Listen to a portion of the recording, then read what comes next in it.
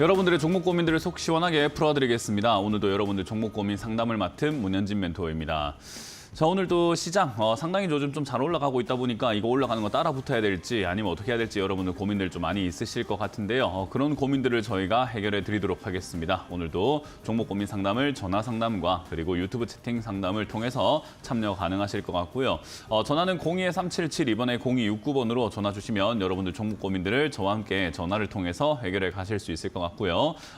메인은 전화인데 여러분들의 또 사정상 전화를 하지 못한다고 한다면 유튜브 채팅창에다가 여러분들 종목명과 매수가 그리고 비중까지 올려주시면 저희가 상담 중간에 봐드리도록 하겠습니다.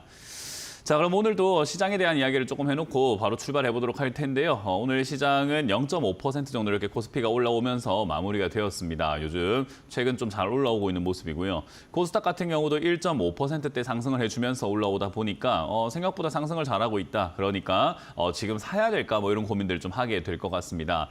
저는 지금까지 바로 이렇게 올라오는 걸 보면서도 사야 된다라는 생각은 좀 들진 않아요. 왜냐하면 외국인들 입장에서 지금 계속해서 매도세가 조금 진행이 되고 있다는 걸 여러분들도 확인할 수 있을 텐데 수급상에서 외국인들이 판다. 그거야 아마 팔 수도 있죠. 외국인들이 팔든 말든 지수만 올라가면 되지 않느냐. 이렇게 생각할 수 있는데 이들이 지속적으로 계속 팔게 된다면 사실 지금 지수가 올라가고 있는 것은 아무래도 외국인들의 옵션 만기일에 따른 또 이렇게 방어 전략이 있었을 것이라 생각이 들고요. 더군다나 이제 기관들의 연기금을 활용해서 지수 안정화를 하기 위해서 조금 노력을 하고 있는 모습이 아니었을까. 계속해서 우리 한국은행이라든가 경제당국에서 지수를 좀 경제를 안정화시키겠다라는 이야기를 해왔기 때문에 이제 그런 데 있어서 연기금을 활용한다라는 그런 이야기들이 많이 들려왔었죠. 그렇기 때문에 그런 면에서 기관들의 방어세가 조금 진행이 되고 있는 것 같다 생각이 듭니다. 근데 이제 우리가 다들 알다시피 지금 시국이 시국인 만큼 상당히 혼잡스럽게 흘러가고 있다는 걸 아실 겁니다. 월요일 이야기와 금요일 이야기가 달라요. 화요일 이야기와 금요일 이야기가 다르고요. 또 어제 이야기와 오늘 이야기가 다르죠. 그러니까 계속해서 시도 때도 없이 바뀌고 있는 이런 약간 정치의 어떤 이야기들 속에서 우리가 어떤 장단에 맞춰야 될지도 우리도 모르겠는데 외국인들 입장에서는 그게 쉽겠느냐라는 거죠. 더군다나 지금 우리나라는 이런 계엄 사태가 발생이 되기 전에도 한국은행뿐만 아니라 각종 기관들의 우리나라 경제 전망치 앞으로 조금 더 하향될 것이다라고 전망을 했었죠. 특히나 한국은행도 스스로도 11월 달 돼가지고 한 달밖에 안 남았는데도 불구하고 올해 경제 성장률 전망치를 낮춰 잡았고요. 내년도 이제 거의 한 2%대 미만으로 떨어질 것이다라고 예상을 했던 것처럼 상당히 안 좋게 봤었는데 지금 이래 좀 안 좋아지는 이런 계엄 사태가 발생된 이후로 사실은 이게 경제 성장률이 더 안 좋아질 것은 자명한 사실이 되어버렸잖아요. 그러니까 외국인들 입장에서는 우리나라에 투자하고 싶을까라는 생각을 한번 해보게 될 것 같습니다.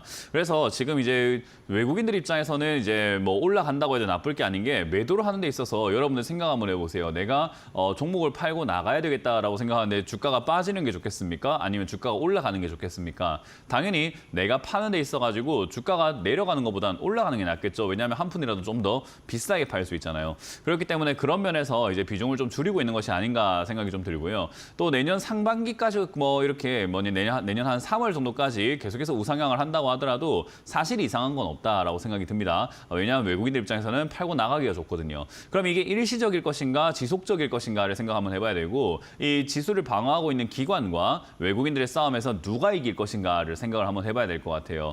그럼 이제 우리가 주목을 해봐야 되는 게 바로 환율이 되겠죠. 지금 환율도 계속해서 1,430원대에서 내려가질 않고 있습니다. 사실 환율도 여러분들이 뉴스를 보시면 아시겠지만 환율을 방어하겠다라는 이제 한국은행의 발표들이 계속 많이 보여지고 있잖아요. 그래서 환율을 지금 방어하고 안정시키는 데 최선을 다하겠다라는 이야기가 쏟아져 나오는 만큼 사실 이제는 그런 이야기 나오게 되면은 일시적이라도 좀 주가가 환율의 어떤 포인트가 밑으로 좀 빠져가지고 1,420원대 밑으로 좀 내려가는 그림이 나와야 되는데 아직까지도 1,430원대에서 우상향을 하려고 준비를 하고 있는 그런 모습들이 보여집니다.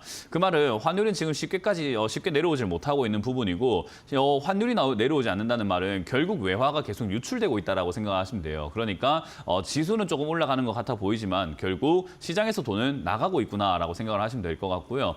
최근에 이 매수세가 또 누굴 것인가?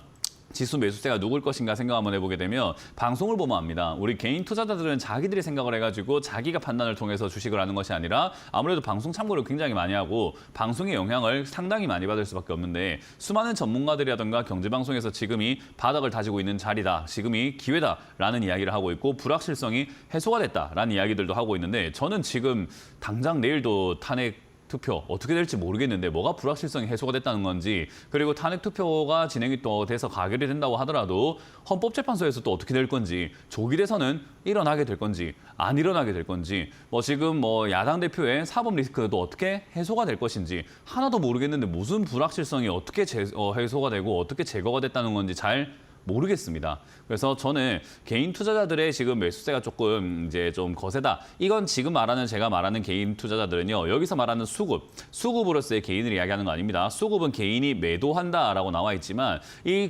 수급을 우리가 좀 이해를 해볼 때 주의하셔야 될 것은 잘하는 사람이 팔고 있는 건지 못하는 사람이 팔고 있는 건지는 우리가 이 숫자만 봐가지고 알 수가 없습니다. 그래서 제가 지금 말하고 있는 것은 큰 손들 또는 엄청나게 우리가 흔히 말하는 재력을 가지고 있는 큰 손들이라든가 뭐 지방에 있는 엄청난 재력을 갖고 있는 우리가 흔히 말하는 돈줄이라고 하죠. 그런 돈이 많은 사람들을 이야기하는 것이 아니라 조금 이렇게 실력이 없는 우리 흔히 말하는 조막손들 또는 개인 투자자들 이런 분들이 결국은 매도를 하는 것이 아니라 매수에 가담하고 있을 것이다라고 생각이 듭니다. 이렇게 이야기하면 수급을 잘 못 이해하고 계시는 분들이 아마 이런 이야기를 합니다. 개인이 근데 800억 팔던데요 하는데 제가 항상 말씀드리지만 개인들이 많이 사기도 많이 사고 많이 팔기도 많이 팝니다. 그러니까 오늘 4조 2천억치나 샀어요. 코스피에서요. 그리고 4조 3,167억치를 팔았습니다. 그러니까 이 두 개를 더해보니까 800억치만큼 조금 더 팔렸다라는 거지 4조 2천억치를 사고 4조 3천억치를 팔았어요. 그러니까 누가 산 건지 누가 팔았는지 우리가 정확하게 알 수가 없다는 것이 제가 말하는 내용인 거죠. 그래서 우리가 순매수만 보게 되면은 아닌데 외국인들이 뭐 팔았던데 개인들이 팔았던데 이렇게 보긴 하는데 이게 이제 그런 식으로 해석할 만한 문제는 아닙니다. 그래서 제가 지금 생각하는 것은 못하는 개인들이 샀을 것이다라고 생각이 듭니다. 그래서 이제 우리가 조금 중요한 것은요. 사실 차트 해석을 할 때도 이제 중요하게 된 것은 지금 아래쪽으로 추세가 무너졌다라는 점과 오늘로써 내려가고 있던 상태에서의 추세가 위쪽으로 또 돌파가 됐습니다. 그러니까 위쪽으로도 좀 뚫려 있고 아래쪽으로도 좀 무너져 있어요. 그러니까 이렇게 되면 사실 해석이 난잡하게 돼버리는 게 원래 아래쪽을 무너뜨리게 되면 제가 저점을 깨고 내려간다라고 이야기를 하죠. 그리고 위쪽을 뚫고 올라가면 올라가려고 뚫는 것이다라고 이야기를 합니다. 둘 다 뚫어놔 버렸어요. 물론 계엄 사태로 인해 가지고 뚫어진 거라고 우리가 이해를 해보고 있지만은 어찌됐든 간에 결과적으로는 둘 다 뚫어버렸습니다. 그러면 이제 둘 다 가능성이 높아져 있다는 건데 여기서 크게 의미가 있는 것은 2년 동안 올라갔던 것이 더 큰 의미가 있습니다. 2년 동안 올라갈 때는 아래쪽을 계속해서 2년 동안 지켜왔었던 자리였는데 지금 이 위쪽을 뚫은 것은 거의 한 5개월 만에 내려갔던 이 자리가 뚫린 거기 때문에요. 더 큰 의미가 있다는 것은 아래쪽이겠죠. 그러니까 당장에 본다면은 단기 반등 이후에 빠지는 그림으로 이렇게 되면서 크게 하락할 가능성이 높다. 왜냐하면 2년 동안의 상승세는 끝났다라고 보시면 됩니다. 그래서 지금 지수에서는 겨우 버텨봤자 2,600포인트 언저리까지 반등 나가는 정도에서 그칠 것이고 밑으로 내려간다고 봐야 될 것이고요. 그럼 이런 상황에서 우리가 올라갈 때 어떻게 해야 되는가 하면은 매도 관점으로 대응을 해야 되겠죠. 만약에 여기서 이제 다음 주에 외국인들의 포지션이라든가 여러 가지 불확실성들이 좀 더 나오게 되고 탄핵이 가결이 되고 난 다음에 직무 정지가 되고 난 다음에 누가 국정을 보느냐에 따라 가지고 또 확실하지 않잖아요. 그게 이제 또 잘 될지 안 될지도 잘 모르잖아요. 그런 상황이다 보니까 그렇게 해서 불확실성이 너무 많다라고 베팅을 하는 기관 그리고 개인 투자자들 그리고 외국인까지 쏟아져 나온다면은 역시나 하락세가 나오게 될 텐데 그렇게 나오면은 제가 주장을 하는 것은 위로 올라가면은 올라갔다가 바로 빠지겠지만 내려가면은 내려갔다가 올라갔다가 빠집니다. 그렇기 때문에 결과적으로 내려가는 건 똑같은데 내려갔다가 올라가는 것이 상승폭이 훨씬 더 크다라고 보시면 될 것 같아요. 그래서 지금 여기서 올라가봤자 얼마 못 가는 것이 내려갔다 올라가면은 내려갔다 올라가는 만큼 많이 올라가게 됩니다. 그렇기 때문에 반등 없는 하락은 없어요. 그러니까 반등을 이용해서 우리가 나가야 되는데 저는 이왕이면 고무줄처럼 밑으로 당겼다 올라가는 이 상승이 좀 필요하다. 그래야지 우리 시청자들뿐만 아니라 수많은 사람들이 종목을 가만히 방치하려고 하는 사람들 외에는 좀 탈출하기에 훨씬 더 용이한 상승장이다라고 이야기를 하는 거죠. 그래서 밑으로 빠지는 그림이 나올지 올라가는 그림이 나올지는 이제 우리에게 달려있는 것은 아닙니다. 지금 이제 이 시장의 모든 방향성들은 외국인들이 갖고 있기 때문에 다음 주에 외국인들과 다음 주 환율이 좀 중요할 것 같아요. 그래서 다음 주에 미국 금리 인하가 어떻게 될 것인가에 대한 부분과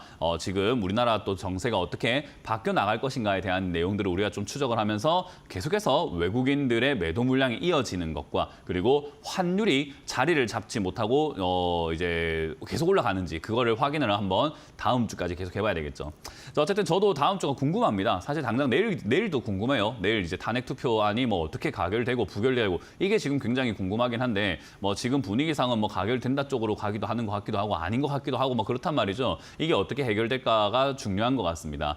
자, 이런 상황에서 지금 우리는 뭐 베팅을 함부로 하는 것보다는요. 주가가 빠졌다고 해서 손절하는 것보다는 매수의 관점으로 바라보는 것이 좋다고 말씀드렸고요. 여기서 만약에 매수 타이밍을 안 주고 그냥 바로 반등이 나간다면 저는 매도 관점으로 바라봐야 된다라고 말씀을 드렸죠. 그러면 지금 상황에서는 올라오면은 내가 매도했을 때 타협 보고 매도할 자리가 어딘지를 체크 한번 해봐야 될 것 같고요. 내려가게 된다면 추가 매수를 또 언제 해야 되는 것인지를 우리가 먼저 미리 좀 자리를 조금 체크해 놓는다면은 올라올 때 내가 이렇게 팔아야 되고 내려갈 때 이렇게 사야 되구나. 또는 혹여나 내가 너무 높게 사가지고 반등이 나올 때 내 본전이 되지 않은 기업이 있다고 한다면 결국 그 기업은 내가 그냥 가져가가지고 나중에 추가 매수 관점으로 노리는 것이 맞을까? 아니면 2판 3판으로 손절하고 나오는 게 맞을까? 뭐 이런 전략들을 짜야 되겠죠. 그런 전략을 제가 오늘도 역시나 짜드리도록 하겠습니다. 02-3772번에 0269번으로 전화 주시면 되고요. 오늘도 저와 함께 전화 상담을 통해서 상담을 바로 시작을 해보도록 하겠습니다. 자, 첫 번째 전화부터 받아봅니다. 여보세요? 네, 여보세요? 네, 안녕하세요. 문현진 멘토입니다. 네, 대표님 안녕하십니까. 네. 주식 2달 다 줄인이긴 한데. 네, 어떤 게 궁금하시죠? 네, 화신이고요. 화신이고요. 매수가랑 비중이요? 10%. 네, 비중은요? 10%고 8,959원. 959원. 8,999원이요? 59원. 59. 알겠습니다. 대충 8,900원을 생각하면 되겠네요. 네네네. 네, 사실 뒷자리는 별로 중요하지 않아요. 네네. 일단 뭐 추가 매수를 조금 이렇게 하셨나 봐요. 이게 중장기적으로 갈 생각으로 이제 10월 달에 처음 1,640원에 시작해가지고 떨어질 때마다 그냥 조금씩 모아가자라는 취지로 지금 이제까지 왔는데 이게 너무 많이 빠지는 것 같아서. 중장기적으로 투자를 할 때 있잖아요. 네네. 이제 좀 참고하고 이제 알아야 되는 게 이게 주식을 모르는 게 아니잖아요, 우리가. 그러니까 주식을 모르긴 한데 세상 사는 걸 모르는 건 아니잖아요, 그죠? 네네. 살아오는 방식은 우리가 대충 안단 말이죠. 우리가 감기가 걸렸어요. 감기 걸려서 감기 걸리면 보통 한 1, 2주는 가잖아요, 그죠? 네. 감기 걸리면 아무리 우리가 빨리 낫는다 하더라도 한 1, 2주 정도까지는 증상이 가고 이렇게 가긴 하는데 우리가 감기에 걸리면 운동도 잘 못하고 이렇게 우리가 술도 마시는 사람들 술도 잘 안 먹고 이렇게 해서 몸 관리를 하잖아요. 그죠? 근데 네네. 한 이틀 있다가 내가 있어 보니까 좀 괜찮은 것 같기도 해서 술을 마시거나 운동을 하는 사람들이 있나요? 그렇게 아니요. 했을 때 결과가 좋은 사람들이 있을까요? 없을 것 같습니다. 네. 그러니까 우리가 감기에 걸렸을 때 한 2, 3일 돼가지고 좀 괜찮은 것 같다고 술 마시거나 또 이렇게 운동을 너무 이렇게 열심히 한다거나 몸을 무리하게 된다면은 좋아질만 하다가도 다시 또 몸이 안 좋아지죠. 그죠? 네. 그냥 우리가 일반적으로 감기에 걸리면 며칠 동안 그냥 푹 쉬어라라고 하는 이야기들이 많잖아요. 그죠? 네네. 우리가 이건 살면서도 많이 배워왔던 부분이고요. 이걸 지금 제가 왜 이야기하냐면은 세상 만사가 다 그런 것 같아요. 올라가는 시기가 있었으면 내려가는 시기가 있고 겨울이 오는 것도 천천히 오는 거고 여름이 오는 것도 천천히 오고 또 이렇게 천천히 지나갈 것이고 밥을 내가 방금 먹었다면 소화시키는데 또 시간이 필요할 거 아니에요. 그죠? 네. 이 이치를 그냥 주식에 접목을 바로 시키면 돼요. 내가 주식을 모르니까 주식은 뭔가 다른 게 있을 거야라고 생각하지 마시고 그냥 주식은 사람이 하는 겁니다. 사람이 하는 거다 보니까 사람의 심리가 형성이 되어가지고 사람의 심리가 영향을 주는 거고요. 그러다 보니까 우리가 살아가는 그 여러 가지 노하우들과 지혜에서 그렇게 크게 벗어나지 않아요. 자, 차트를 한번 보도록 할게요. 이거를 그냥 보게 되면은 차트를 우리가 그냥 단순히 코앞에 걸 보는 게 아니라 크게 보시게 되면요. 주가라는 것은 올라올 때 한 2, 3년 걸려서 올라왔으면 내려갈 때는 또 그 이상 걸려버려요. 내려가는 기간만요. 마찬가지로 지금도 3년 내도록 올라왔다 한다면은 내려가는데 3년 내지 또 그 이상의 기간이 내려가요. 그러니까 이걸 왜 여기서부터 중간 여기 어정쩡한 여 자리에부터 왜 모아가냐는 거죠. 주식을 모르기 때문에 그렇게 한 게 맞는데 그러니까 제가 이야기한 거예요. 앞으로는 평생 주식을 모른다고 생각하고 2달밖에 안 된 줄이내라 생각하지 말고 오늘 배웠어요. 그러니까 앞으로는 그러지 말라 이거예요. 이렇게 하면 주식을 장기로 물리는 결과밖에 안 나와요. 이런 식으로 중장기로 모아가는 사람은 없어요. 뭐냐면 주가가 내려와 있는 기업은 이제 장기적으로 2, 3년 동안 올라가겠다 싶어서 내려와 있을 때 사는 거지. 올라갔다가 내려가고 있는 여기서부터 막 모아가기 시작하면 지금 감기 걸린 지 이틀 만에 내가 운동 한번 해보겠다는 거랑 똑같은 거니까 하면 할수록 지금 이렇게 물리고 계속 괴롭고 안 좋죠. 그 우리가 잘못 이해하고 있는 게 아니 근데 화신은 기업이 재무도 좋고 괜찮고요. 재무제표도 참 좋고 뭐 여러 가지 지표상으로 나쁘지 않고 아니 PBR도 0.6밖에 안 되는데 이게 어떻게 안 좋은 기업이고 계속 이렇게 떨어집니까라고 생각하겠지만 실제로 주식 투자자 중에서 이런 걸 분석하는 사람들이 별로 없어요. 그러니까 남들이 안 보니까 이게 별로 의미가 없는 지표들이 돼버려요. 무슨 말인지 이해가 되시나요? 주식하는 사람들은 단순 테마들이 더 중요한 거고 주가가 내려가고 있으면 꼴보기 싫다라고 생각하는 게 중요한 거고 주가가 내려가고 있으니까 화신이 좋은 기업이든 안 좋은 기업이든 사면 안 된다고 생각을 하고 이게 좋은 기업이든 안 좋은 기업이든 간에 들고 있는 사람들을 물렸으니까 손들어야 되겠다 생각을 하는 거예요. 그런 걸 신경을 안 쓰기 때문에 심리적으로 움직인다 이 말이에요. 우리나라 시장을 제가 한번 이렇게 방송에서도 언급했지만 우리나라 시장은 수준 떨어진다라고 이야기를 했던 게 이런 여러 가지 요소들을 평가를 하는 사람들이 많이 없어서 그래요. 평가를 하지 않아요.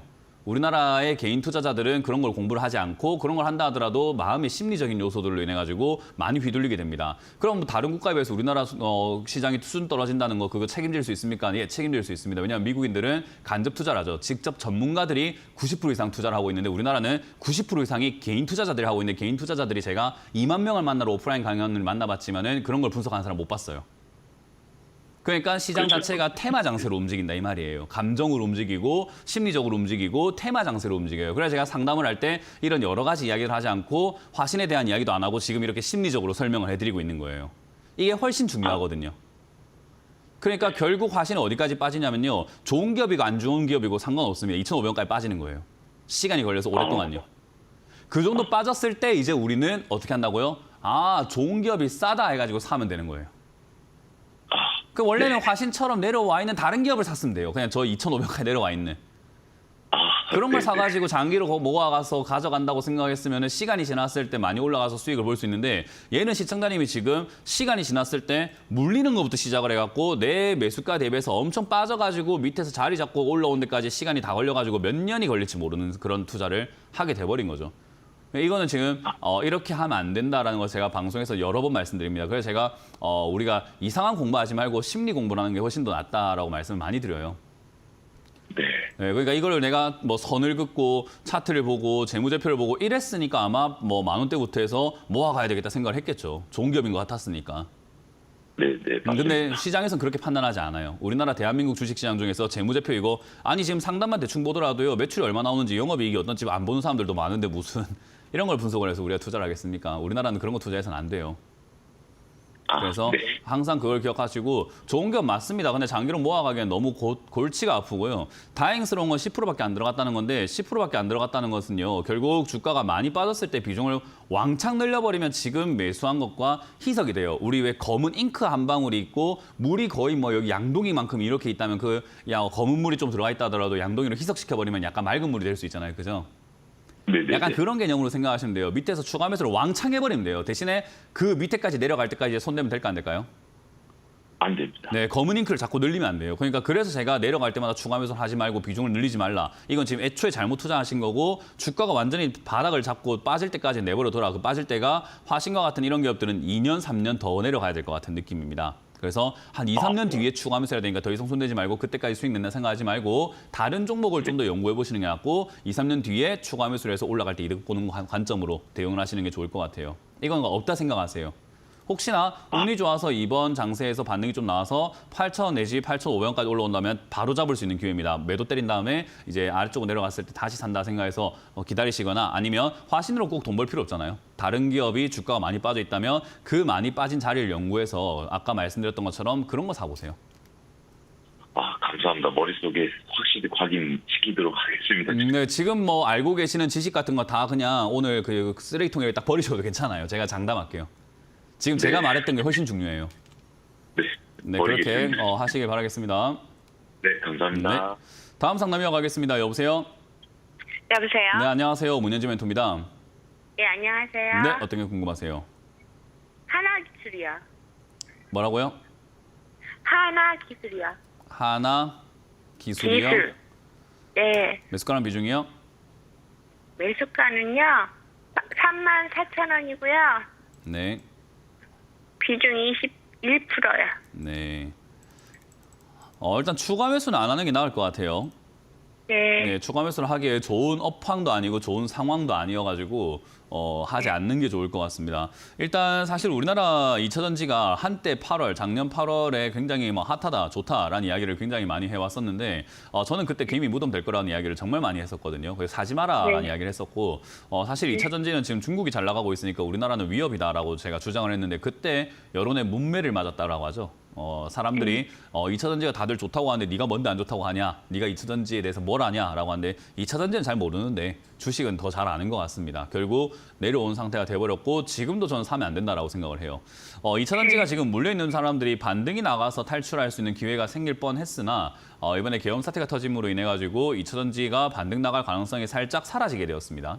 그래서 사실 원래는 반등이 나갈 수도 있었어요. 근데 반등이 나가기 좀 힘들어지게 생겼다라고 생각하시면 되고요. 우리나라 지금 배터리 점유율 자체가 굉장히 떨어지고 있습니다. 중국하고 우리나라하고요. 작년 8월까지만 하더라도 점유율 자체가 한 30대 30으로 비슷했거든요. 30%대 해서 비슷했는데 지금 이제 우리나라는 10%대로 떨어지고 지금 중국은 55%대까지 올라갔어요. 그러니까 중국이 지금 다 집어삼키고 있거든요. 그러다 보니까 하나기술과 같은 이런 기업들이 2차전지 냄새만 살짝 묻어가지고 나도 2차전지 한번 해보겠다 해서 2차전지 공정 장비 제조업으로 해가지고 뛰어들었지만 뭐 괜찮은 뭐 영업이익이라든가 매출을 보여주진 못하고 있습니다. 그래서 이런 기업들이 빚만 늘어나고 지금 이자도 제대로 못 내고 있는 기업이 돼버렸어요. 그러니까 이런 기업들이 주가가 올라가려면 이제 국가의 지원이라든가 이런 것들이 나와야 되는데 말씀드린 것처럼 국가의 지원은 지금 물 건너 가버린 상태가 돼버렸죠. 그러니까 지금 상황에서 반등을 조금 기대해 보기가 힘들어진 거고요. 내년 1월에 이제 트럼프 정부가 들어서게 되는데 트럼프 정부 들어서면 2차전지, 뭐 에너지 뭐 이런 쪽들, 반도체 이런 쪽들 보조금 다 끊어버리자라고 하고 있는 주의이기 때문에 거기서 이제 우리나라 반도체 산업들이 어떻게 생존해 나갈 것인가에 대한 문제가 좀 남아 있는 것 같습니다. 더군다나 우리나라에서 일단 예산이 일단 통과가 돼버렸지만은 뭐 추가로 예산을 편성을 해가지고 뭘 어떻게 할지는 모르겠으나 살리는 법안들이 지금 나오긴 좀 힘들 것 같아요. 전국상. 그래서 저는 이런 것들이 2차전지 쪽들이 지금 오히려 이제 호재가 있을 뻔했으나 악재가 생겼다라고 생각을 하고요. 호재가 사라져버렸다 생각을 하고 있고요. 그렇기 때문에 반등이 나온다고 하더라도 아주 약한 반등이 좀 나갈 가능성이 높다고 봐요. 저는 그래서 2차전지가 반등이 나갈 때가 됐기 때문에 아직까지 반등의 일말의 가능성은 좀 남아있어서 나온다면은 아주 약해졌을 것 같습니다. 원래는 예를 들어가고 한 5만 원까지 올라갈 게 이제 3만 원 정도나 뭐 3만 몇천 원까지 올라가면 진짜 힘 거의 다 빠질 것 같은 느낌. 그래서 큰 기대를 하지 않는 게 좋고 올라올 때 3만 원부터 그냥 매도를 시작하는 것이 전 좋다고 생각을 해요. 이 2차전지 쪽은 저는 아직도 생각하지만 앞으로도 별로 좋지 않을 것 같습니다. 업황 자체가 옛날 태양광 한 2009년 8년도에 태양광 보는 것 같거든요. 그래서 저는 이런 기업들은 좀 안 됐지만 장기적으로 좀 안 좋게 생길 것 같다. 그래서 이거는 지금 시청자님이 생각하시는 것보다 저점은 저 아래쪽이 될 수 있기 때문에 3만 3천 원대, 3만 한 2천 원대, 3만 원 넘어가기 시작하면 그냥 바로 매도 관점으로 잡고 대응하시고 추가 매수는 안 된다는 전략을 드려보도록 하겠습니다. 크게 기대를 하지 마세요. 예, 그럼 3만 원대부터 3만 원대 손절을 하는 게 유리하겠네요. 저는 그렇게 생각을 합니다. 고맙습니다. 네, 감사합니다. 네, 다음 상담 이어가겠습니다. 여보세요? 여보세요? 네, 안녕하세요. 문현진 멘토입니다. 네, 안녕하세요. 네, 어떤 게 궁금하세요? 인탑스. 인탑스고요. 매수가랑 비중이요? 네. 28,200원에 10%. 28,200원에 10%요. 네. 일단 인탑스도 좀 안 됐네요. 많이 오랫동안 엄청 오랫동안 물리셔야 될 것 같아요. 네. 네, 일단 차트 모양 중에서 시청자님이 매수했었던 자리를 우리가 생각 한번 해볼 필요가 있는데 이런 차트는 교과서적인 차트 모양이라고 제가 이야기를 해요. 어떤 모양이냐면 우리 그 주먹 모양이라고 하거든요. 이렇게 제 앞에 이렇게 주먹이 있잖아요, 그죠? 요 주먹 모양하고 차트 모양하고 굉장히 비슷하게 흘러가는 게 여기가 새끼손가락, 뭐 약지, 중지, 검지, 엄지 이렇게 내려가는 차트 모양이 있거든요. 네. 그러니까 딱 이렇게 주먹 모양처럼 이렇게 내려가는 차트 모양이 있어요. 이거는 그냥 앞으로 평생 올라오진 않는 게 아니지만 어쨌든 아주 오랫동안 올라오지 않을 차트 모양이에요. 그러니까 이게 교과서예요, 이거는 그냥. 이건 사진 찍어놓고 어디다가 기념으로 전시해놔도 괜찮을 정도예요. 아, 내가 이런 거 샀구나라고. 이런 거 사면 안 돼요. 이게 이제 우리가 흔히 말하는 헤드앤숄더 변형이라고도 이야기를 하거든요. 가운데가 이렇게 높고 빠지는 거에 머리가 두 개인 이렇게 헤드앤숄더가 되는데 안 좋은 차트 모양은 다 갖고 있어요. 원형 바닥의 모양이 원형 천장의 모양이기도 하고 쌍봉을 갖고 있기도 하고 헤드앤숄더를 갖고 있기도 하고 하는 모든 안 좋은 것들의 그 원흉을 얘가 다 갖고 있어요. 그러니까 이런 자리는 올라가기가 굉장히 어려운 거예요, 원래. 이런 자리에서 매수하는 것 자체도 이런 자리에 추천하는 것 자체도 차트의 차자도 모르는 사람이 추천하고 있는 거죠, 이런 거는. 절대 사면 안 되는 차트 모양 중에 하나가 인탑스와 같은 이런 차트 모양입니다. 이런 차트가 만들어지면은 장기하라 그래가지고 저 아래쪽 바닥인 저기 10,000원대까지 떨어질 수밖에 없다라고 생각하시면 돼요. 그러니까 지금 아직도 바닥을 잡지 않았고 더 떨어질 수밖에 없고 거래도 실리지고 있지 않다는 것은 아무도 이걸 사주지 않고 있다는 겁니다. 아무도 사주지 않는다는 말은 결국 가격은 떨어지게 되겠죠. 당근마켓 같은 거 거래하세요? 중고거래? 가끔이요. 가끔. 내 물건 안 사주면 가격을 낮추잖아요. 그죠? 네. 네, 그러니까 아무도 안 사주니까 낮추는 거잖아요. 그 얘가 지금 그 꼴이에요. 인탑스는 안 사줍니다. 왜냐하면 기업이 좋아졌다 하더라도 좋아졌다가 지금 매출이 뚝뚝 떨어지고 있는 상태죠. 그죠? 1,400억까지 영업이익이 좋아졌다가 지금 1분기에, 그러니까 한 분기에, 3분기에 지금 3억밖에 못 벌었어요. 그러니까 영업이익도 확 떨어져 버렸기 때문에 좋은 것도 아니고 자동차 쪽으로 이렇게 엮여 있다 해가지고 좀 올라왔었지만은 지금 이제 2차 전지 때도 한때 이렇게 한번 급등 나오고 했었습니다만은 뭐 이런저런 여러 가지 테마를 다 해먹고 지금은 약간 설거지 단계 끝났고 주가가 빠지는 단계가 들어갔습니다. 그래서 차트 모양 중에서 제일 안 좋은 차트 모양이라고 기억하시면 되고 이건 대응이 지금 안 됩니다. 그냥 추가 매수는 나쁜 기업은 아니라서 나중에 추가 매수를 하면 되긴 한데요. 그거는 10,000원까지 빠졌을 때 하는 게 맞기 때문에 이건 이제 앞으로 상담받을 가치가 없는 종목이에요. 왜냐하면 상담받아도 할 수 있는 게 아무것도 없거든요. 계속 떨어질 거니까. 네. 그러니까 그냥 상담받을 가치가 없는 종목이에요. 향후 한 2년 정도 지나가가지고 10,000원이든 13,000원이든 15,000원이든 거기서 어딘가 저 이상 떨어지지 않으면 우리가 저기서 이제 바닥을 잡으려나 보다라고 생각하고 그때를 상담하셔도 되는데 지금은 뭐 할 수 있는 게 아무것도 없고 그냥 왜 이렇게 됐는지에 대해 설명을 해드릴 수밖에 없는 내용이고 다시는 이런 차트의 모양을 내가 살려고 할 때 차트 모양이 이렇게 딱 지나가고 있는데 좋아 보인다. 야 이거 무슨 기업인지 모르겠지만 이거 사야 되겠다 싶을 때 액자를 보란 말이에요. 이거 찍어놓고 야 잠깐만 이거 똑같이 생겼다. 사면 안 되겠다. 이렇게 란 말이에요. 뭐든 무슨 기업이든 무슨 업종이든 상관없습니다. 돈 잘 벌고 안 벌고 상관없습니다. 이 차트 모양은 만나면 안 돼요. 우리가 절대로 사면 안 되는 차트입니다. 그래서 이거는 어쩔 수 없이 이미 샀으니까 지금 대응할 수 있는 방법은 없다. 하지만 다행스럽게도 불행 중 다행인 게 적자가 나거나 뭐 엄청 엉망인 기업 산 건 아니라서 13,000원이나 10,000원대까지 빠졌을 때 추가 매수를 하면 대응이 좀 가능해요. 그러니까 현금을 잘 모셔놓고 내려왔을 때 추가 매수할 수 있도록 지금은 다른 종목을 또 새로 산다거나 이런 일은 절대 없어야 될 것이고 이 종목도 괜히 추가 매수를 서둘러서 해버리는 일이 없어야 됩니다. 그렇지 않으면 이건 탈출이 거의 불가능해집니다. 그래서 반드시 그걸 기억하시고 알겠습니다. 잘 대기하고 계시길 바라겠습니다. 네, 감사합니다. 네. 자, 이렇게 우리가 상담을 진행을 하고 있는데요. 이번 주 강연회가 준비가 되어 있습니다. 이번 주 강연 어디서 준비가 되었는지를 체크 한번 해보고 다시 돌아오도록 하겠습니다.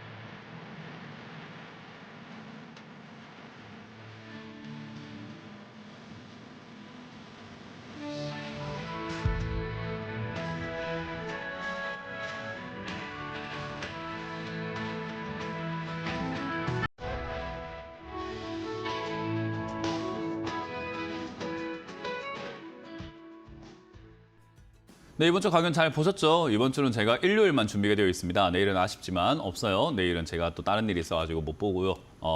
일요일에 만날 준비가 되어 있습니다. 일요일 안산에서 여러분들 만날 준비가 되어 있고요. 안산 오전 11시에 안산에 있는 대동서적에서 만날 준비되어 있으니까 많이들 오셔가지고 오프라인 강연도 재밌게 즐겨주시면 되겠습니다. 2025년에 대한 이야기를 좀 할 겁니다. 여러분들한테 제가 어떤 2025년을 기대하고 있는가, 어떤 2025년을 보고 있는가, 그리고 왜 그렇게 보는가를 제가 하나하나 다 설명을 해드리러 근거 자료를 굉장히 많이 가져가니까 보시면서 여러분들도 생각의 폭을 좀 키워가시는 것을 추천드려 보도록 하겠습니다.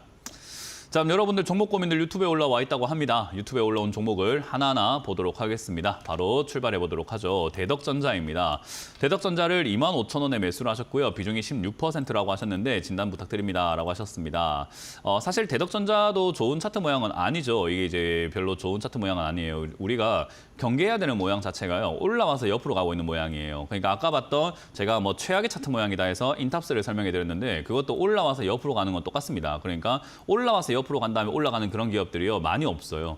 이렇게 올라와서 옆으로 가다가 다시 올라가는 이런 기업들이요. 한 20개 중에 한 개가 될까요? 한 50개 중에 한 개 될까요? 그러니까 확률이 굉장히 희박합니다. 그러니까 이런 걸 잡아가지고 돈 벌겠다라고 생각하신다면은 확률이 굉장히 낮은 싸움을 하고 있기 때문에 잘 이길 수가 없기 때문에 이거는 애초에 사면 안 되는 구간이에요. 그래서 이런 데 산다면 어떻게 해야 되는가 하면은 저점 라인 때 사가지고 무너지면 손절하는 형식으로 대응을 하는 수밖에 없고 올라갔을 때는 단기적으로 바로 팔아내는 형태로 박스권 매매를 하는 경우는 있긴 있습니다만은 개인 투자자들이 그 정도의 흐름을 읽고 그 정도의 차트 매매를 하기가 조금 어렵거든요. 그러니까 이런 거는 안 사는 게 제일 좋죠. 25,000원짜리가 그렇게 높은 가격도 아니었고 낮은 가격도 아니었지만 아마 2만 원대 무너질 때 손절하기에는 조금 무서웠을 거고 비중이 컸으니까 손해가 조금 막심하다 생각을 해서 가만히 있었을 텐데 그게 이제 패착이 되는 거죠. 앞으로 더 물릴 겁니다.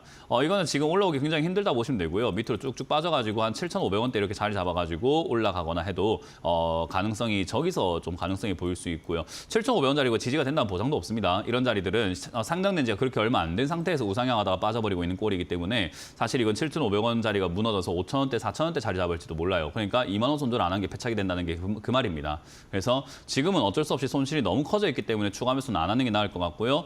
손절도 굳이 안 하는 게 나은데 다행스럽다고 해야 될까요? 그나마 삼성전자가 요즘 선방을 좀 잘하고 있습니다. 지수 선방이라던가 이런 것들 주가 선방을 좀 잘하고 있어서 삼성전자가 조금 반등이 나와준다면 얘들이 다시 한번 올라갈 수 있는 그런 기회는 생길 수는 있습니다. 반도체 쪽이다 보니까요. 그래서 그쪽이 지금 삼성전자가 얼마나 반응을 좀 이렇게 나와줄 것인가에 대한 문제가 남아 있는데 저는 삼성전자도 반도체가 그렇게 지금 상황이 좋다고 보지는 않거든요. 그래서 반등이 그렇게 세지는 않을 거다라고 예상을 하고 있어서 사실 이제 삼성전자 반등이 좀 나간다고 하더라도 얘도 올라가면은 기껏해봐야 한 2만 원대까지 반등이 좀 나갈 수 있다고 봅니다. 지난번에 맞고 올라갔던 자리죠. 이 지지 라인이 이번에는 저항으로 작용할 것이다라고 보시면 되고요. 한 목표가는 2만 원 정도 잡으시고 이번에 2만 원 탈출 못하면 그냥 5천 원까지 가져간다 생각하시면 돼요. 5천 원쯤 돼서 추가하면서 한다 생각하시는 것이 좋을 것 같기 때문에 그렇게 대응하지 않으면 이건 탈출이 좀 힘듭니다. 그래서 2만 원 나오면은 2만 원 올라왔을 때 더 갈 수 있는지 더 올라갈 수가 없는지를 체크 한번 해가지고 저 자리에서 팔지 말지를 다시 한번 상담받으시길 바라겠고 기왕이면 최대한 그냥 무슨 수를 써서라도 어떻게든 간에 이 약물고 팔아내는 관점으로 접근하시는 것이 좋을 것 같다라는 전략을 드려보도록 하겠습니다. 자, 다음 상담도 이어가 보도록 하겠습니다. 다음 상담은 덱스터입니다. 덱스터를 1,100원에 사셨는데 오늘 상담받은 것 중에서는 가장 좋은 종목이라고 생각이 드네요. 1,100원에 비중이 15%고요. 매수가도 그렇게 높지 않아서 마음이 편안합니다. 일단 덱스터가 최근에 이렇게 주가가 툭 빠졌다 올라오는 것은 아무래도 이거는 탄핵 그 분위기 때문이었겠죠. 계엄 전국 때문에 이렇게 올라온 것 같고 계엄 사태가 없는 듯 자기가 원래 가고 있던 방향대로 다시 또 이렇게 진열이 조금 튀어나갔다가 우리 운전하다 보면 차선 살짝 이렇게 튀어나갔다 다시 들어가는 거 있잖아요. 그러니까 그대로 다시 들어온 케이스라고 생각하시면 되고요. 제가 말한 이 고무줄과 같은 이런 형태입니다. 많이 빠지고 많이 올라가는 형태가 돼버리는 게 이런 형태고요. 이거는 이제 더 반발을 힘입어가지고 더 갈 가능성이 상당히 높다라고 보면 돼요. 사실 덱스터라고 하는 이 기업 자체의 실적으로만 본다면 그렇게 좋지는 않습니다. 덱스터가 적자가 나고 있는 기업이다 보니까 매출로 봤을 때 그렇게 좋은 기업이라 볼 수는 없는데요. 사실 이 회사가 하고 있는 게 특수효과 이런 쪽으로 하고 있는데 요즘 특수효과가 안 들어가는 영화가 거의 없다고 보시면 될 것 같아요. 드라마도 그렇고. 그래서 저런 일상물을 찍고 있는데도 CG나 뭐 특수효과를 쓰나 요즘은 그렇게 한다고 합니다. 그렇기 때문에 CG라든가 이런 것들을 많이 사용을 하더라고요. 그래서 지금 12월 26일에 개봉을 출시를 앞두고 있죠. 오징어 게임 2. 그게 지금 벌써 뭐 어떤 수상 후보 이런 게 많이 올라가 있다고 하는데 그런 걸 감안해 봤을 때 또다시 K 컨텐츠 분위기가 또 한번 열풍이 또 돌지 않을까 뭐 이런 기대를 한번 해보게 됩니다. 그래서 사실 우리나라가 전 세계에 한번 알려지게 된 게 오징어 게임이었잖아요. 그래서 오징어 게임 2가 알려지게 된다면은 이런 컨텐츠 관련주들도 충분히 올라갈 수 있다 생각을 하고요. 이런 기업들은 오랫동안 많이 빠져 있었기 때문에 사실 이런 기업들을 잡아가지고 장기적으로 모아간다 해서 가져간다면은 첫 번째 상담하셨던 분이 했던 화신보다 훨씬 나은 거죠. 화신은 떨어지는 자리에서 모아가겠다라고 하신 거고 저건 다 떨어진 다음에 이거를 들고 있는 사람이 또는 이걸 모아가겠다면 이런 거는 장기 투자할 만하죠. 그래서 테마상으로도 충분히 올라갈 만한 가치가 있어서 저는 그냥 홀딩하자 의견을 드릴 거고요. 같고요. 적어도 내년 상반기까지는 한번 들고 가봐야 되겠죠. 컨텐츠가 나오고 난 다음에 인기몰이로 한번 주가가 쫙 올라갈 수 있기 때문에 10,000원 내지 12,000~13,000원까지 올라갈 때 저는 매도해도 좋다. 뭐 인기 여부에 따라 가지고 상승의 폭은 좀 달라질 수 있겠지만 적어도 10,000원 넘어갈 것 같으니까 그때 매도한다 생각하고 홀딩 의견 드려보도록 합니다. 다음 상담도 이어가 보도록 하겠습니다. 다음 상담은 유튜브에 올라온 종목이죠. 현대제철입니다. 제철 이런 거 별로 좋지 않죠. 뭐 이런 제철과 에너지 머티리얼즈, 뭐 화학 이런 거 제가 안 좋다라고 원자재 관련주들 안 좋다라고 말씀을 많이 드렸었는데 이걸 사셔가지고 뭐 고생을 하고 계시네요. 일단 34,000원대 매수를 하셨는데 지금까지 이야기했던 내용들과 통틀어서 봤을 때는 얘가 올라가서 자리를 잡고 있다기보다는 내려가서 자리를 잡고 있는 종목이었죠. 근데 이제는 이거는 업황이 그렇게까지 좋은 업황은 아니었기 때문에 차트만 가지고 매매할 수가 없다. 라는 게 이런 것 때문에 나오는 겁니다. 우리가 차트만 가지고 매매할 것 같으면 기업을 아예 안 보고 차트만 보면 될 텐데 또는 기업을 보고 차트가 아무 의미 없다 한다면 기업만 보고 또 차트를 안 보면 될 텐데 둘 다 잘 봐야 돼요. 그러니까 둘 다 이렇게 섞어서 봐야 되는 거죠. 그러다 보니까 어떤 사람들은 아니 차트를 보라면서요. 어떤 사람은 기업을 보라면서요 하면서 도대체 누구 말이 맞는지를 모르겠다. 이럴 땐 차트 봐라. 저럴 땐 업황 봐라. 이렇게 이야기를 한단 말이죠. 조금 더 우선순위를 정해드리면 업황이 조금 더 중요합니다. 차트보다는 업황이 조금 더 중요하다라고 생각하시면 되고요. 업황보다는 시장이 더 중요하다라고 생각하시면 됩니다. 그러니까 시장이 우선이고 그다음이 업황이고 그다음 차트입니다. 그래서 약간 기업을 가지고 갈 때 우리가 전망을 보고 멀리 보고 가져갈 때 있어가지고는 첫 번째는 시장을 보고 업황을 보는 게 맞고요. 매매 타이밍을 잡을 때 차트를 보는 거예요. 그래서 차트가 정답이라고 할 수는 없고요. 우리가 어쨌든 매수 매도를 할 때 아무 때나 살 수는 없기 때문에 매수 매도를 할 때 제일 중요한 거는 차트다라고 이해하시면 좋을 것 같습니다. 그래서 현대제철은 타이밍상 매수해도 되는 자리이긴 한데 업황으로서는 사면 안 되는 종목이기도 한 거예요. 그래서 타이밍상으로는 업황이 안 좋기 때문에 바닥을 잡는 거 한참을 들여다보고 난 다음에 사는 것이 맞지 않았나. 그래서 현대제철도 사실은 지금 요즘 많이 힘들어져 있습니다. 영업이익도 많이 줄고 있고요. 지금 많이 줄어 있는 상태에서 더 줄 가능성이 좀 높아져 있고 적자가 날 가능성도 높아져 있는 상태다 보니까 그리고 앞으로 이제 우리나라 경기가 더 안 좋아지고 있는 상태다 보니 저는 개인적으로 현대제철은 우상향하기는 아직은 힘들다, 섣부르다라고 생각이 들고요. 지금 매수율이 34,000원에서 이제 올라갈 거라 생각하고 하신 것 같긴 한데 저는 그렇게 보지는 않고요. 한 이거는 15,000원대 또는 그 이하에서 자리 잡거나 했을 때 다시 한번 이렇게 올라오면서 쌍바닥 그리는 정도에서 반등이 나가지 않을까. 여기서 바닥을 잡는 데만 얘가 원래 좀 오래 걸리는 기업이에요. 왜냐하면 2022년부터 2023년 4년 초입부까지 횡보를 하던 기업이죠. 그러니까 횡보하는 데만 2년, 거의 근 2년이 걸리는 기업이다 보니까 지금 여기서 또 바닥을 잡고 옆으로 자리를 잡고 간다고 하더라도 근 2년이 걸려요. 그러니까 현대제철을 대응하시는 데 있어가지고는 아마 2년 또는 3년 정도의 텀을 가지고 추가하면서 저 계획을 짜야 될 것이고 지금 아래쪽으로 내려왔을 때 만 한 8,000원대 여기를 이제 추가 매수 라인으로 잡고 그냥 대기하는 것이 좋을 것 같습니다. 지금은 추가 매수 안 하는 게 낫고요. 향후 한 1년 정도 18,000원대에서 23,000원대 여기 박스권 만들면서 옆으로 좀 지지가 된다면 그때 다시 한 번 더 1년 뒤에 전화를 주시거나 상담을 주시면 좋을 것 같고 그때까지는 손을 대지 않는 게 좋습니다. 그래도 현대제철이 망하거나 없어질 만한 기업은 아니다 보니까 장기 투자하는 데가 있어가지고는 손색은 없는 기업이고 그리고 매수가가 그닥 높은 건 아니기 때문에 그리고 비중도 많은 건 아니기 때문에 대응만 잘하면 수익을 내고 나옵니다. 그러니까 시간이 좀 오래 걸린다 하더라도 추가 매수해서 비중을 늘려가지고 수익을 왕창 내고 나오면 되니까 너무 시간이 뺏긴다라고 생각하지는 않으셨으면 좋겠어요. 이 기업은 시간이 오히려 수익을 내주는 기업이다. 그래서 내가 마음을 조금 더 편안하게 가지시게 된다면은 손실 없이 나올 수 있고 수익도 챙겨 나올 수 있는데 물려서 괴롭다, 지겹다, 죽겠다 이러다 보면은 안 내도 될 손실을 냅니다. 제가 질문하고 싶은 것은 여기서 손실이 난다면 다른 종목으로 메꿀 수 있는 실력이 있으십니까? 라는 질문을 꼭 하고 싶고 만약에 예스라면 언제든지 팔고 다른 종목 수익 내면 되지만 그게 아니라면 이 종목으로 그냥 깔끔하게 손실 없이 나오시는 것이 시청자님 자산을 굴리는 데 있어가지고 훨씬 더 현명한 선택이 될 겁니다. 그거는 제가 믿어 의심치 않습니다. 그렇기 때문에 꼭 그걸 기억하시고 대응을 하시면 좋겠습니다. 그냥 홀딩 의견 드리고요. 10,000원에서 15,000원에서 23,000원짜리 자리 잡는 거 보고 1년 뒤에 다시 한 번 더 연락을 주시길 바라겠습니다. 자, 다음 상담은 전화를 받아봅니다. 전화 받습니다. 여보세요? 네, 안녕하세요. 네, 안녕하세요. 문현진 멘토입니다. 네, 팬입니다. 아, 감사합니다. 어떤 게 궁금하세요? 네, SK 바이오사이언스요. 네. 63,000원에 비중 10%인데요. 네. 제가 좀 물을 좀 더 살까 해서 고민돼서 전화했어요. 이틀 동안 좀 올라온 거 보고 좀 빠져나오고 싶어서요. 지금 제가 제일 걱정이 되는 게 딱 시청자님과 같은 그런 타이밍에 놓여 있는 분들이거든요. 뭐냐면 네네. 최근 주가 상승을 보고 막 사고 싶어가지고 안달이 나시는 분들이 있어요. 저는 지금 대한민국 전국이 아직까지 안정화되지 않았다고 보고 있거든요. 그러니까 지금 상승은 약간 단기 반등이라고 보고 있는데 사람들은 지금부터 또 그냥 뭐 없던 일처럼 생각하나 봐요. 이 탄핵 정국과 계엄 사태를 벌써 잊었나 봐요. 아직까지 진행 중이고 아직도 뉴스에서 속보가 막 이것저것 막 쏟아져 나오는데도 불구하고 외종목 딱 올라오니까는 그냥 아무렇지 않게 어제와 같이 그냥 추가하면서 딸랑해야지 이렇게 생각하나 봐요. 그러니까 지금 저는 그게 너무 걱정스러운 거예요. 아직 분명 바닥이 아닐 텐데 왜 이렇게 서두르지? 좀 더 지켜보게도 될 텐데 아니 지금 아직까지 대통령 탄핵도 안 끝났고 대통령 탄핵이 된다고 하더라도 어떻게 흘러갈지를 충분히 체크를 하고 충분히 뜸을 들이고 충분히 숨을 쉬고 해도 될 텐데 왜 이렇게 다들 서두르실까? 왜 주식을 못 사서 뭐 죽은 귀신이라도 씌었나 이런 생각이 들어요. 뭔가를 사거나 뭔가를 팔거나 할 이유가 지금은 전혀 없는 시장. 그러니까 우리가 흔히 말하는 관망해야 되는 시장이거든요. 근데 우리 개인 투자자들은 시장이 어떻든 간에 내 종목이 그냥 눈에만 보이는 거죠. 그러니까 제가 아까 이야기했지만 종목보다 차트보다 앞에 있는 게 업황이고 그거 업황보다 앞에 있는 게 시장이라고 말씀드렸는데도 불구하고 시장이 아직까지 바닥을 잡았다라고 보기에는 우리나라 정세가 아직까지 안정적이지 못한 거는 누구나 인정하는 바이잖아요. 그죠? 네. 그러니까 지금 그 어느 누구도 확언을 해서 앞으로 정세가 어떻게 될 것이다 라는 걸 아무도 이야기를 못하고 있어요. 뭐 수많은 언론사에 수많은 패널들이 앉아가지고 이야기하면 뭐합니까? 아무것도 지금 일어나질 않고 있고 그 이야기하는 것마다 계속 다 틀려가지고 아까까지는 이렇게 이야기했는데 갑자기 속보가 들어왔습니다 하면서 갑자기 말 바꾸고 이러잖아요 지금.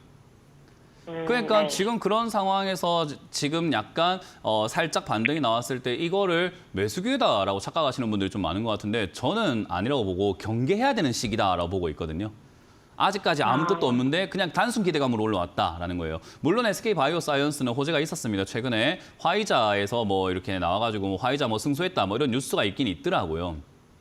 네. 그래서 개별 호재가 이번에 올라올 때 약간은 조금 이제 뭐 폐렴구균 뭐 백신 수출 항소심에서 화이자에 승소를 했다라는 이야기 나오긴 했는데 그럼에도 불구하고 이게 그렇게 기업이 뭐 적자가 나고 있는 기업이고 좋은 기업도 아니다는 것은 시장 영향을 좀 많이 받는다고 봐야 될 것이고 그런 게 이제 우리가 흔히 말하는 단기 반등과 이렇게 이슈가 잘 이렇게 겹쳐가지고 올라온 겁니다. 그래서 이거는 추가 매수를 한다기보다는 이번 이런 승소 이야기와 뭐 제약 바이오가 지금 아직도 계속해서 급등이 나오고 있다 보니까 그런 제약 바이오의 분위기가 같이 엉켜가지고 주가가 8만 원대까지 올라가주거나 8만 5천 원대까지 올라간다면 추가 매수 없이 그냥 수익 내고 나가는 쪽으로 현금을 좀 마련해서 다른 종목들을 내가 어루만지는 쪽으로 전략을 짜는 게 좋은 거지 얘를 지금 올라왔으니까 더 산다? 저는 그건 되게 아니란 생각이라고 생각이 드는 거예요.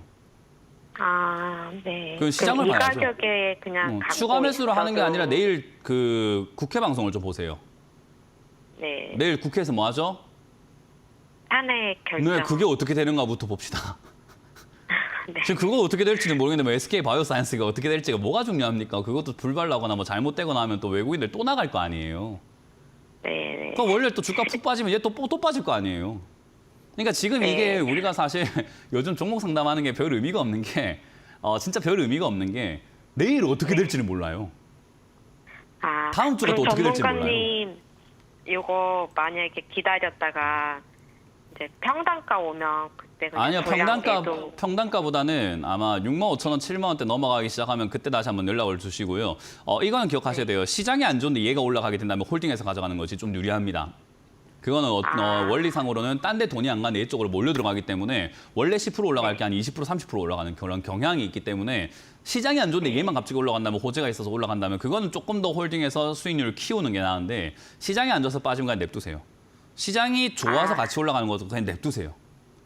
아, 어떤 말인지 네. 이해가 되죠?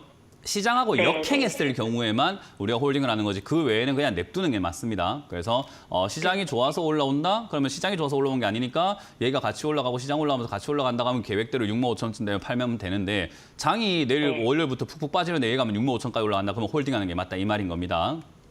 아, 네, 네. 네, 그렇게 전략을 짜시길 알겠습니다. 바라겠습니다. 고맙습니다. 네, 감사합니다. 네. 다음 상담 이어가겠습니다. 여보세요? 네, 안녕하세요. 네, 안녕하세요. 문현진 멘토입니다. 예, 예, 반갑습니다. 네, 어떤 게 궁금하세요? 네, 현대 엘리베이 75,000원에 현대 엘리베이 엘리베이고요. 75,000원에 한 20% 가까이 두고 있는데요. 7만 5천 원이요? 예, 이거 오래됐어요. 네. 네, 이제 이거 오늘 뭐 밸류업 공시 나고 해서 좀 네. 오르긴 했는데 제 가격대 한 8만 원까지는 보인다고 또 그런 얘기를 듣긴 했는데. 네, 이걸 그건 듣고 싶은 것만 들어서 그렇죠. 네, 어찌됐든 그 대응 좀 어떻게 할지 한번 상담 좀. 네, 일단 대응 전략 알려드릴게요. 첫 번째, 듣고 싶은 것만 듣지 마세요. 시청자님 입장에서는 8만 원까지 올라가면 좋겠지요. 네. 그러니까 8만 원짜리 8만 원까지 올라간다는 것만 듣겠지요. 그러니까 그거부터 하지 마세요. 그래야지 전략이 먹히지, 전략이 짜이지. 그냥 내가 지금 8만 원에 팔 거라고 생각하고 있는 사람하고 무슨 전략을 짜겠습니까? 그러니까 듣고 싶은 것만 듣는 우리가 흔히 말하는 확증 편향이라고 해요. 투자하는 사람들이 다 갖고 있는 내용인데 그걸 버리셔야 됩니다. 그걸 버리지 않으면 그 어떤 전략도 아무 의미가 없어요. 왜냐하면 그 어떤 전략, 예를 들어서 제가 6만 5천 대 파세요 하면 아쉬워서 못 팔걸요. 왜냐하면 8만 원까지 간다는 이야기 들었기 때문에. 그걸 내가 믿고 싶기 때문에. 그러니까 그거부터 버리셔야지 됩니다. 그래서 그거는 그냥 못 들은 셈 치세요. 누가 8만 원까지 간다, 또는 8만 원까지 간다는 어떤 리포트 결과가 나왔다 하더라도 리포트 맞는 적 한 번도 없으니까 그냥 그런 거는 잊어버리시면 됩니다. 무슨 말인지 이해가 되셨나요? 네. 지금 일단 현대엘리베이가 시청자님 입장에서는 8만 원까지 올라간다고 믿고 싶겠지만 지금 이 종목은 2만 5천 원부터 굉장히 많이 올라온 기업입니다. 그렇기 때문에 지금 아래쪽에서부터는 거의 뭐 2배나 올라온 기업이라 가지고 이제 피로감이 슬슬 쌓일 때가 됐어요. 지난번에 올라가지 못했던 자리가 5만 7천 원입니다. 근데 오늘 이제 5만 7천 원 넘어갈랑말랑하고 있고 뭐 주주 환원 정책이라던가 이런 이야기가 나오게 되면서 지금 상황에서 저평가를 탈출할 수 있는 그 아주 좋은 전략들을 내놓은 것 같아요. 주주 환원 정책을 굉장히 극대화하겠다. 그리고 회사가 원래도 이 배당을 원래 많이 주는 기업 중에 하나입니다. 이 기업은. 애초에 일반적으로 공시되어 있는 배당 주는 회사 중에서도 굉장히 많이 주는 회사예요. 그래서 그럼에도 불구하고 주주 환원율을 50%까지 올려버리겠다라는 이야기를 해서 그런 이야기들이 이제 주주들 입장에서는 굉장히 만세 부를 만한 이야기가 됐고, 그리고 12월까지 이제 배당락일이 이제 좀 있으면 다가오는데 배당락일 전에 또 배당을 많이 주는 기업이라는 걸 또 많이 알려졌으니까 요즘같이 좀 힘든 시기에 배당이라도 많이 받아야 되겠다 하면서 매수자가 좀 몰려 들어올 수 있습니다. 그래서 이 5만 7천 원짜리를 넘어가게 된다면 아마 6만 5천 내지 7만 원까지는 올라갈 수 있을 것 같아요. 근데 여기를 못 넘어가게 된다면은 사실 다시 또 한 4만 원대까지 주춤할 수밖에 없어요. 그 이유는 4만 원까지 빠진 다음에 다시 올라갈 수는 있겠지만요. 그래서 그건 일단은 기억을 하셔야 돼요. 여기서 4만 원까지는 다시 밀릴 수도 있다라는 것을 조금 기억을 하셔야 되고요. 어쨌든 밀린다 하더라도 뒤에는 다시 올라갈 만한 기업이에요. 좋은 기업이라서. 그래서 저는 이거는 그냥 홀딩 의견 드릴 거고요. 6만 5천 원쯤 넘어가면 다시 한번 연락 주시길 바라겠고, 4만 원까지 빠진다면 추가 매수할 자금이 있나요? 대답이 없는 걸로 봐서 추가 매수할 자금은 없다고 생각하고요. 없으면 4만 원 되면 다시 한번 더 연락을 주시길 바라겠습니다. 자, 이렇게 상담을 하는 게 마무리 지어봤고요. 다음 전화를 받아보겠습니다. 여보세요? 여보세요? 네, 안녕하세요. 문현진 멘토입니다. 예. 네. 예. 어떤 게 궁금하세요? 예. 전진 로봇 그거 좀 궁금해서 하는 건데요. 다시 한번요. 전진 로봇이요. 전진 건설 로봇. 전진 건설 로봇이요. 예. 네, 매수가랑 비중이요. 매수가는 24,200원에다가 30%예요. 80%요. 30%예요. 30%. 30%요. 예. 근데 물어볼 게 있는데요. 네. 외국인이 계속 이거 재건주인데 다른 데는 다 많이들 올라오는데 이건 별로 올라가지도 않고 오늘도 그렇고 그러네요. 혹시 사시는 지역이 어디실까요? 사실은 개봉동이요. 서울인가요? 예. 거기는 대통령 없어요? 대통령이요? 네, 거기 대통령은 잘 계세요? 무슨 대통령이요? 대통령이요, 대통령. 거기 몰라요. 대통령은 잘 계세요? 왜 저랑 다른 국가 이야기 하시는 것 같죠? 지금 이 종목이 못 가는 이유는 이 종목이 잘 나고 못 나고가 상관없어요. 그냥 지금 우리나라 시장이 엉망이라서 그래요. 지금 시장 상황이 되게 안 좋아졌잖아요. 그러니까 아니, 외국인들이 같은- 뭐 어떻다 저떻다 예. 이런 이야기는 사실 의미가 없는 이야기고, 지금 시청자님이 기억하셔야 되는 것은 저는 이 기업 잘 몰라요. 상장된 지 얼마 안 돼가지고 저는 상장 지 얼마 안 된 기업 별로 관심이 없어요. 그리고 상장된 지 얼마 안 된 기업은 물리면 3년을 고생합니다.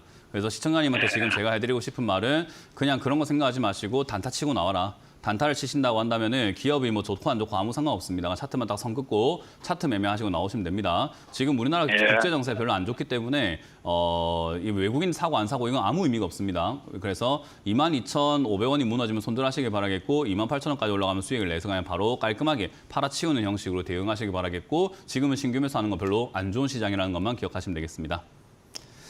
자, 이렇게 마무리 지어보도록 하겠습니다. 제가 말씀을 드렸지만 지금 참 난잡합니다. 근데 이제 다음 주에 외국인들 포지션이 굉장히 중요할 것 같아요. 그렇기 때문에 내일 어떤 상황이 만들어질지 같이 한번 생각을 해보고 같이 보고 그 뉴스를 보고 제가 또 일요일 가서 안산에서 분석을 해드리고 상담을 해드리고 또 설명을 해드리도록 하겠습니다. 안산에 오전 11시까지 많이들 와주시길 바라겠고요. 다음 주 또 시장 어떻게 흘러갈지를 다음 주에 같이 한번 보면서 전략을 짜보도록 하겠습니다. 자, 지금까지 문현진 멘토였습니다. 고맙습니다.